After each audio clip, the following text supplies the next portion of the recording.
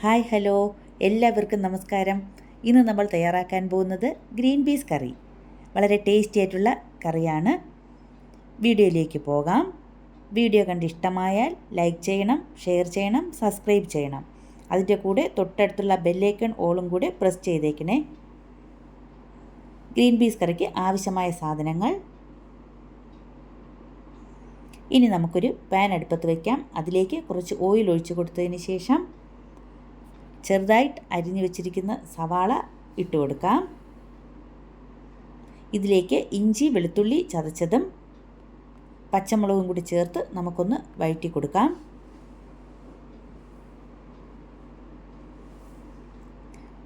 ഒന്ന് നല്ലതുപോലെ ഫ്രൈ ആവണം.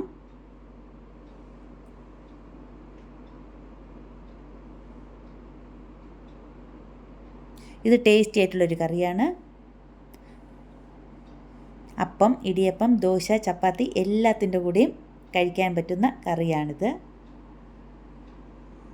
ഇപ്പോൾ ഏകദേശം ബ്രൗൺ കളറായി വരുന്നുണ്ട്.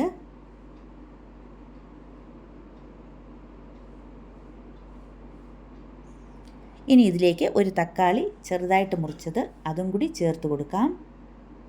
നന്നായിട്ടൊന്ന് വഴറ്റിയെടുക്കാം. തക്കാളി നന്നായിട്ട് വെന്തുടയണം. ഇതിലേക്ക് ആവശ്യത്തിന് ഉപ്പും ചേർത്ത് ഒന്ന് വഴറ്റി കൊടുക്കാം.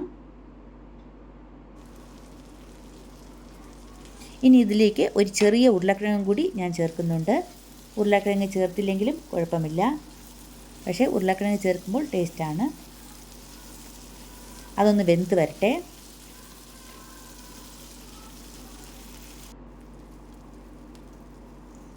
ഇനി അതിലേക്ക് 1 ടേബിൾ സ്പൂൺ മല്ലിപ്പൊടി, 1 ടേബിൾ സ്പൂൺ മുളക് പൊടി, 1/4 ടീസ്പൂൺ മഞ്ഞൾപ്പൊടി, 1/4 ടീസ്പൂൺ കുരുമുളക് പൊടി, 1/4 ടീസ്പൂൺ ഗരം മസാല. ഇത്രയും ചേർത്തൊന്ന് വഴറ്റി കൊടുക്കാം.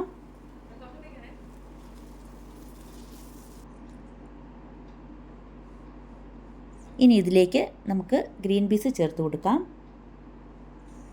ഞാനിതിൽ ഫ്രഷ് ഗ്രീൻ പീസാണ് ചേർത്തിട്ടുള്ളത്. നന്നായിട്ടൊന്ന് വഴറ്റി കൊടുക്കാം. ഉണക്ക ഗ്രീൻ പീസ് ആണെങ്കിൽ നമ്മളൊരു 4-5 മണിക്കൂർ വെള്ളത്തിൽ കുതിർത്തതിന് ശേഷം കുക്കറിലിട്ട് വേവിച്ച് അതും കൂടി ചേർക്കാം. ഗ്രീൻ പീസിൽ എല്ലാം കൂട്ടും ഒന്ന് നന്നായിട്ടൊന്ന് പിടിക്കട്ടെ. ഇനി ഇതിലേക്ക് 1 കപ്പ് വെള്ളവും കൂടി ചേർത്ത് ഒന്ന് ഇളക്കി കൊടുക്കാം.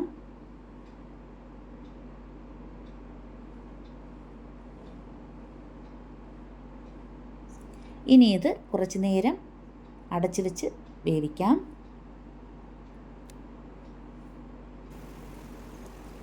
ഇപ്പം തിളച്ചിട്ടുണ്ട്. ഇനി നമുക്ക് സ്റ്റൗ ഒന്ന് മീഡിയത്തിലാക്കി വെച്ച് കുറച്ച് നേരവും കൂടി അടച്ചു വെച്ച് ഒന്ന് വേവിക്കാം.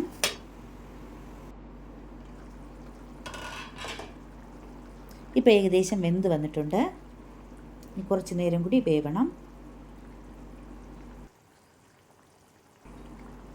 ഗ്രീൻ പീസ് വെന്ത് കഴിയുമ്പോൾ അതിൻ്റെ കളറൊന്ന് മാറിക്കിട്ടും. കുറച്ച് ഉപ്പും കൂടി ചേർത്ത് കൊടുക്കാം.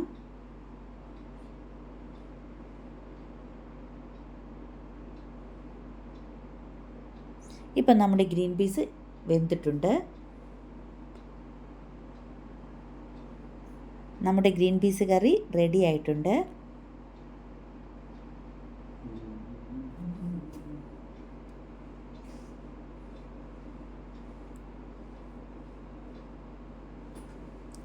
ഇനി ഇതിലേക്ക് കുറച്ച് കറിവേപ്പിലയിട്ട് നമുക്ക് സ്റ്റൗ ഓഫ് ചെയ്യാം. ഇനി ഇതൊരു പാത്രത്തിലേക്ക് മാറ്റാം.